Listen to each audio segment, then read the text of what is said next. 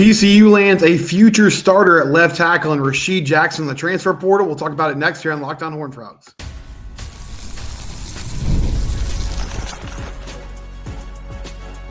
You are Locked On Horned Frogs, your daily podcast on the TCU Horned Frogs. Part of the Locked On Podcast Network, your team every day. Locked On Horned Frogs, I'm your host, Steven Simcox. Thanks for joining the show today. We're brought to you by Gametime. If you need tickets for a sporting event, comedy show, whatever the case, check out the Gametime app today. We'll tell you about them later on in the program.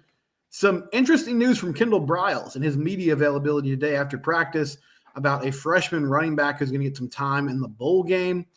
Adam Schobel and his cousin John Schobel, TCU signees who will be early enrollees and will be part of this 2025 class. They won a state title for Columbus High School at 3A Division II tonight. We'll break down what their future looks like. But we start today in the transfer portal.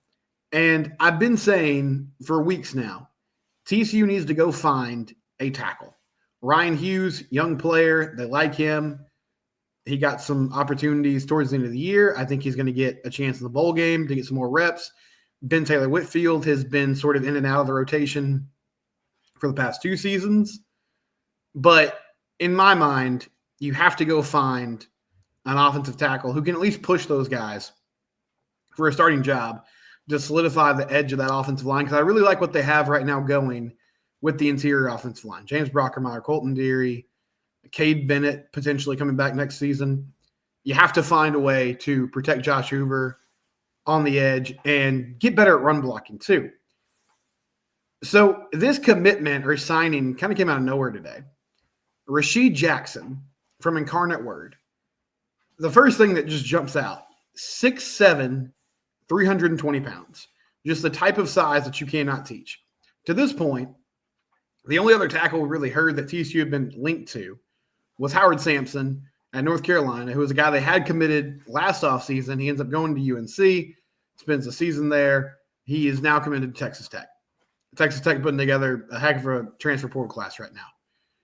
But Rasheed Jackson has a Kansas State offer, which is really good news when you're talking about O-line play. Also, North Texas, South Florida, started in all 14 games for Incarnate Word this past season. They were a playoff team at the FCS level. Did a solid job there with second team All-Southland Conference.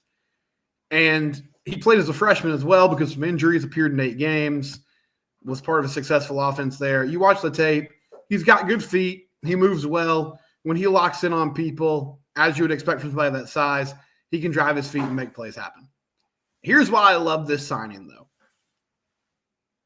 This is a dude that spent most of his high school career in Ohio playing basketball. His senior year, he moves to Duncanville. And if you look at what the Incarnate Word coach said when he signed, he walked on campus at Duncanville High School. 3 years playing basketball, and he becomes one of their starting tackles and helps them win a state title.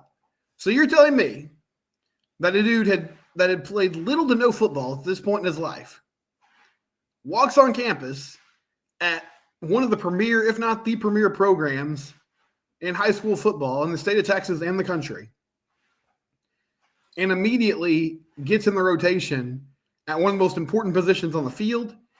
Yeah, that's a guy with a high ceiling, and I love this signing. We've talked about TCU prioritizing the offensive line, both in the high school ranks and the transfer portal. It's been their number one priority since they got here on campus. This is the year where we need to start seeing the benefits of that. This past year, really good in pass protection, struggled in the run game. I love this pickup by TCU. This is a guy that I think can start in the next couple of years, but I also believe that this is a dude that can come in and compete right away. And this transfer portal class, to this point, I'm going to tell you about a safety from LSU here in a minute as well that signed today. I wouldn't say it's underwhelming, but it's been kind of under the radar. It's been guys like Rasheed Jennings, who you might not see the fruits of that this season, but get him in the room with A.J. Ricker and with his coaching staff and see how he can develop. he appears to have all the tools you want to be a stalwart type at that tackle position. Kavorian Barnes could be a depth piece, could be a change of pace back. Joseph Manjack, very solid players. This is not a perfect analogy, but if you're sitting there as a TCU fan and you're like, man, look at what Texas Tech's doing. Look at what Baylor's doing in the portal. Houston, teams like that. They are chasing after immediate impact starters. TCU, at this point in their roster building instruction, they believe that they have the pieces to be really good next year on campus. And they're using a lot of their resources to retain players, keep continuity. Jamel Johnson is the transfer portal. He looks around a little bit, ends up coming back. They're working towards this being the top of the development cycle this next year. Returning quarterback, potentially 3 starters on the O-line, returning running back in Jeremy Payne. You're losing a lot in the receiver room. I think they're going to add one more, but they're working through some things there. Defense, year 2 of this defensive coordinator, great potential to return this staff basically intact next year. They're just trying to fill in some gaps, plug some holes, and continue to build on the culture that they have. And this is the type of under-the-radar player that has the potential to be really great, that I think is a really shrewd pickup and very well done by this coaching staff, saying, hey, he's got the physical tools that you want from a tackle that you just simply cannot – you can't teach that. He's got good feet. He's got that basketball background, very athletic. We can build him into the type of player that we want him to be, where he can play at a super high level maybe in a year. Or potentially he comes in there and pushes somebody for the job right away. But either way, I think this is a really great evaluation by this coaching staff.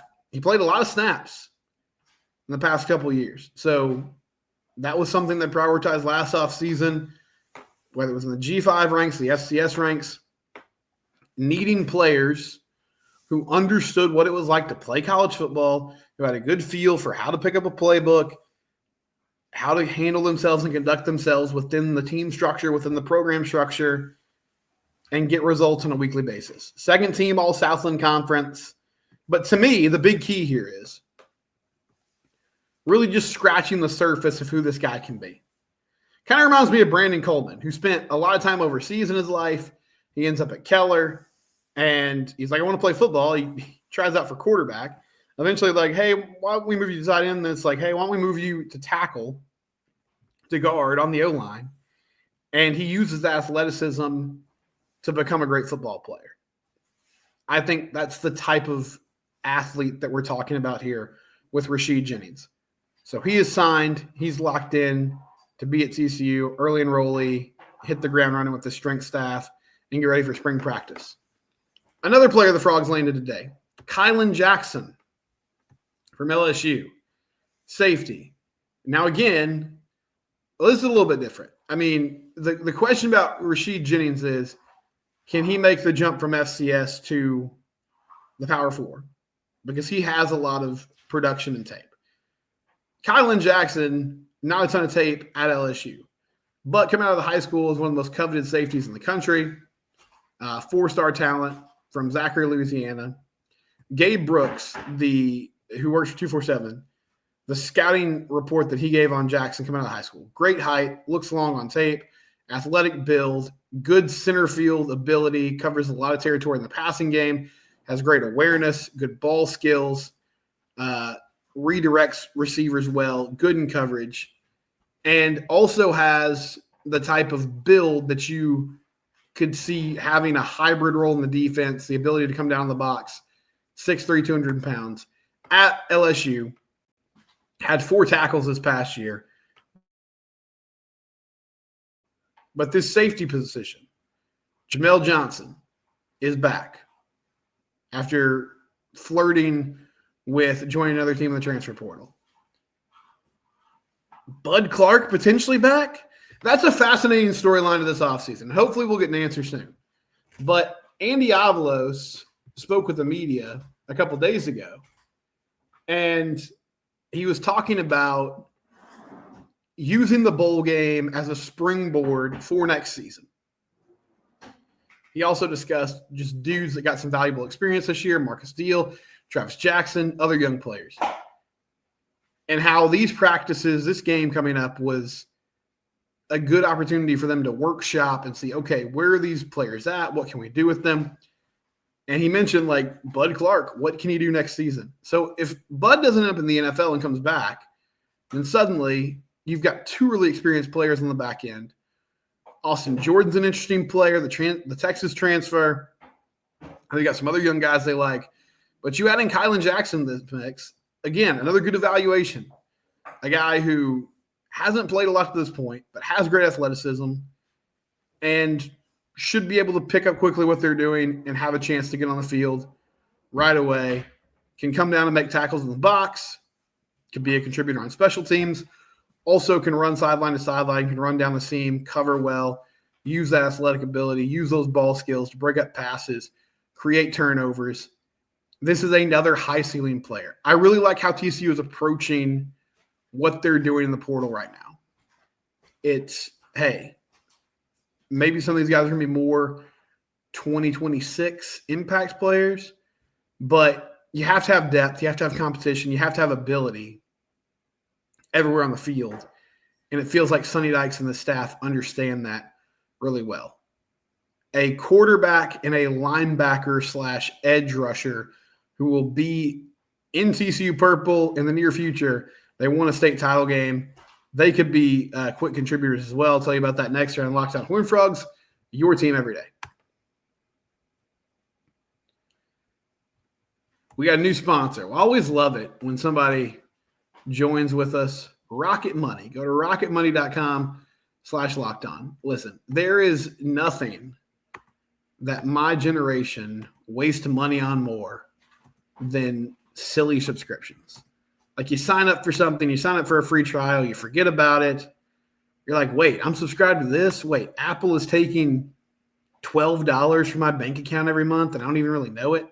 Rocket Money is a personal finance app that helps you find and cancel your unwanted subscriptions, monitors your spending, and helps you lower your bills so that you can grow your savings. It brings everything together in one place, whether it's subscriptions, your spending habits, or even the goals you want to hit this year. Rocket Money has over 5 million users and has saved a total of $500 million in canceled subscriptions, saving members up to $740 a year when using all the app's premium features. Cancel your unwanted subscriptions and reach your financial goals faster with Rocket Money. Go to rocketmoney.com/lockedon today. Again, that's rocketmoney.com/lockedon today. Rocket Money, let them help you put money back in your pocket by canceling those unwanted subscriptions today. Game Time. If you need tickets, if you're hunting for tickets on the secondary market for that game, for that concert, comedy show, use the Game Time app today. Download it. Use the promo code LOCKEDONCollege for $20 off your first purchase. I'm checking out basketball games on a weekly basis, trying to find the best deals for TCU basketball this year. You can customize your spot. They have curated deals. They have seat views before you buy, the lowest price guarantee, event cancellation protection, and more. They show you a picture of what your seat or what your view from your seat is going to be when you get it. You can download the Game Time app, create an account, and use code LOCKEDONCollege for $20 off your first purchase. There's also no hidden fees. There's fees like everything else, but they tell you what they are up front, and I really appreciate that about the Game Time app. Game Time, proud sponsor of the Locked On Network. So Columbus took down Malakoff tonight, 48-14 in the 3A Division II state title game. Pretty rare that you see the talent that Columbus has on the field at the 3A level. I played 2A football back in the day, and occasionally, like I remember playing against D.D. Westbrook when he was at Cameron Yo, he would run up against the occasional D1 football player. But Grayson Rigdon, who has had a super intriguing career, played 6-man football, moves up to 11-man. He's going to Wyoming. What I'm talking about today, though, Adam Schobel, quarterback, 4-star recruit, Frog legacy. He'll be on TCU's campus in the next few months. He won a state title tonight and was fantastic in this ballgame. John Schobel, who they move him around the formation a lot, but he plays linebacker. TCU recruited him as an edge rusher. He had 3 sacks in the first half, just blowing plays up. Looked like a man among boys. John Schobel, your defensive MVP. Adam Schobel, your offensive MVP. Pretty good night for the Schobel cousins in the state title game. And one thing that surprised me, I've watched Adam a few times over his career, like full games. Then I've seen the huddle tape and the highlight films. My view of him is this is a true pocket passer. And yes, the arm talent jumps off the page. Heath was throwing some dots tonight. I mean, just throws on the move in the pocket where it's one-on-one coverage and he's putting the ball only where the wide receiver can make the play. Really good job by him overall. But he moves around better than I anticipated. I wouldn't say that I thought he was like a statue back there. I'm not going to go as far as to say this dude's a dual threat, but he had a few runs tonight of, 10, 12, 20 yards, had a rushing touchdown in the red zone, was good at getting outside the pocket, keeping those eyes downfield, keeping his body in a spot where he could step into the throws or wasn't having to throw across his body to make plays, and just seemed very in control. I mean, looked the part. Stage wasn't too big at all. Physical tools are there. Was super impressed with how he played. John Schobel, same type of thing. Relentless, great motor, able to get off blocks, able to use speed and power and athleticism to blow up tackles, get to the edge, run down quarterbacks. He just did everything against Malakoff, which is a really good 3A program and is traditionally in the last couple weekends of the high school football season each and every year. So congratulations to those guys. But as far as it relates to TCU, John Schobel is an intriguing prospect because he coincides with what Andy Avalos and this defense is trying to do. Create havoc, create chaos, put pressure on the quarterback, win these individual pass rushing matchups. I think he can do that, and he can do that really quickly. Along with Chad Woodfork, who's also going to be, stud linebacker, Keelan Abrams, who put up crazy numbers at DeSoto. They've got a number of those guys around this 2025 class. Adam's going to walk in spring practice, and Kendall Browse was asked about Haas Haney today. We'll see him in this New Mexico Bowl. I think everybody assumes, and I would say we're assuming correctly, that he's going to take on the Savion Williams role of being a physical runner from the quarterback position, giving them some diversity in the run game. One thing Kendall talked about today is his ability to run tilts the numbers back in TCU's favor and makes it 11 on 11 again. And what he means is every time you're running the ball, you're at a disadvantage somewhat because your quarterback is not having to be accounted for. But when you have a dual threat presence and somebody can pull the ball and run, then it changes the math and it makes it easier to run the ball. And so we'll see that. And Jeremy Clark from 247 Sports, he asked him and was like, okay, are we also going to see him throw the ball? And he didn't go as far as to give that away, but I think it's a perfect opportunity to give him a chance to make plays and throw the rock around. That competition for the second spot in the depth chart is going to be fierce this offseason. Because I don't think Adam Schobel's coming in here and just thinking, oh, yeah, I'm sure he'll be okay if he does end up being number 3. But I feel like he's got higher aspirations in mind. And I believe Josh Hoover's going to be your starter. I'm really excited to see what this coaching staff thinks about these two young guys, though. Now, the tough part is one of them is going to be sort of disappointed. Maybe that leads to his transfer situation. But they've done a really good job of stacking talent there, and that's all you can do. And things are going to happen. You're going to see some changes. You're going to see some shifts. You just have to live with that. Everybody's dealing with that.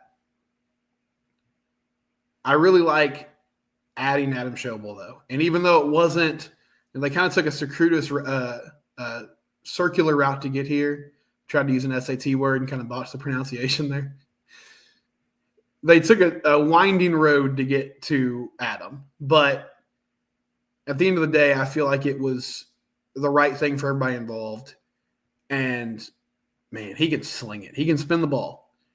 And he's a better athlete than I kind of gave him credit for just in watching him play over the past few seasons. Another really good athlete at the running back spot, who some of you guys have been asking me about. He's going to get some run in this bowl game. I'll tell you about that next year on Locked On Horned Frogs, your team every day. College ball playoff is on TNT this year. It's tonight. The 12-team format. It's guaranteed to be bigger, better than ever, bringing you all the hard-hitting and high-flying excitement that you love. TNT sports coverage of college football playoff begins December 21st, starting with the college football playoff kickoff at 11 a.m. Eastern, leading to our first matchup, SMU battling Penn State. Then the Clemson Tigers looked to upset the Texas Longhorns in a showdown at 4 p.m. Eastern. Don't miss a moment of the action. Watch the college football playoff presented by Allstate live on TNT, True TV, TBS, and Max. Another note from Kendall's media availability today.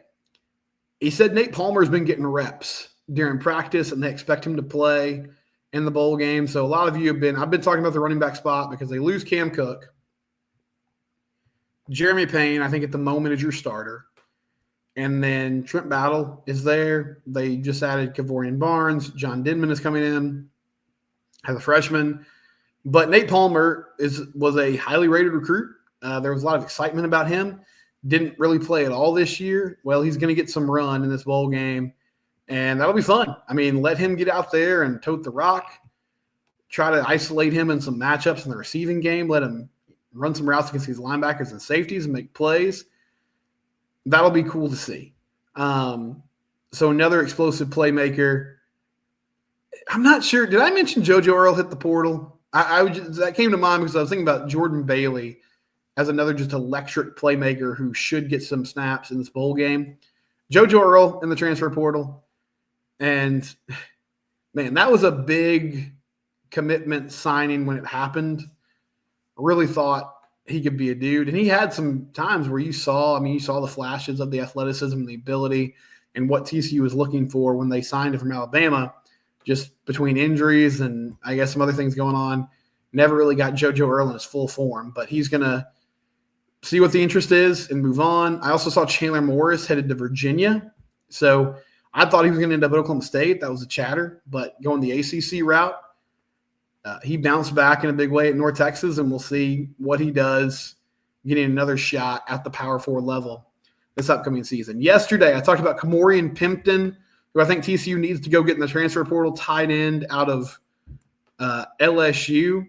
And I also talked about the bowl game, some of the things that could happen there. Tommy Fisher says they got to play the young guys on the outside along with Eric in this game. No offense to Blake Newell, but he's been around for a while, and you got to give the young guys some more opportunities. I agree with that. And I said as much yesterday, like, this is a great chance to see Braylon James or Jakyle Baker or Duzi Azukama. Like, there's so many dudes that give them the opportunity to run routes, let them get out there and make some plays, see what you got, because that's going to be such an important position group to have some growth next year, to have a transition. You need to see what you have at those different spots. Tanner McKinney says, I get them using Jordan Bailey, but they need to get our 4 stars involved. If they want to keep these guys, they need to play. Again, same sentiment as Tommy Fisher. Get these young guys involved. Let them play. Jim Norris says, I see Cam Cook is gone. I'm not too worried about that. The thing that bothers me is Cam was not the answer. And he's another example of a player that was left on the field when Sonny thought he should, and he isn't the only one he's missed big time on. I completely disagree with you. What I'll say about Cam, though, is, I mean, quietly, his snap count went down a lot towards the end of the year. They didn't really ever take the starting role off of his name technically because he was out there, but Savion Williams became the dude that took the bulk of the carries. And so I think you saw some change there. But I get your point, Jim. And, yeah, I mean, I do think this coaching staff has been stubborn at times when they've needed to move on. But they gave a lot of different guys a chance to tote the rock, and finally they found what they wanted to do defensively. Been a fun week. On Monday, it's a game week. We're back to a bowl game, back to getting to talk about scheme and what TCU could do in the New Mexico Bowl against Louisiana. It kind of makes me sad, though, because that means we're headed to the offseason. There's no offseason here on Locked on Horned Frogs. Subscribe to the YouTube channel. Find us on your favorite podcast platform. We're free and available wherever you get your podcast. Have a good weekend, everybody.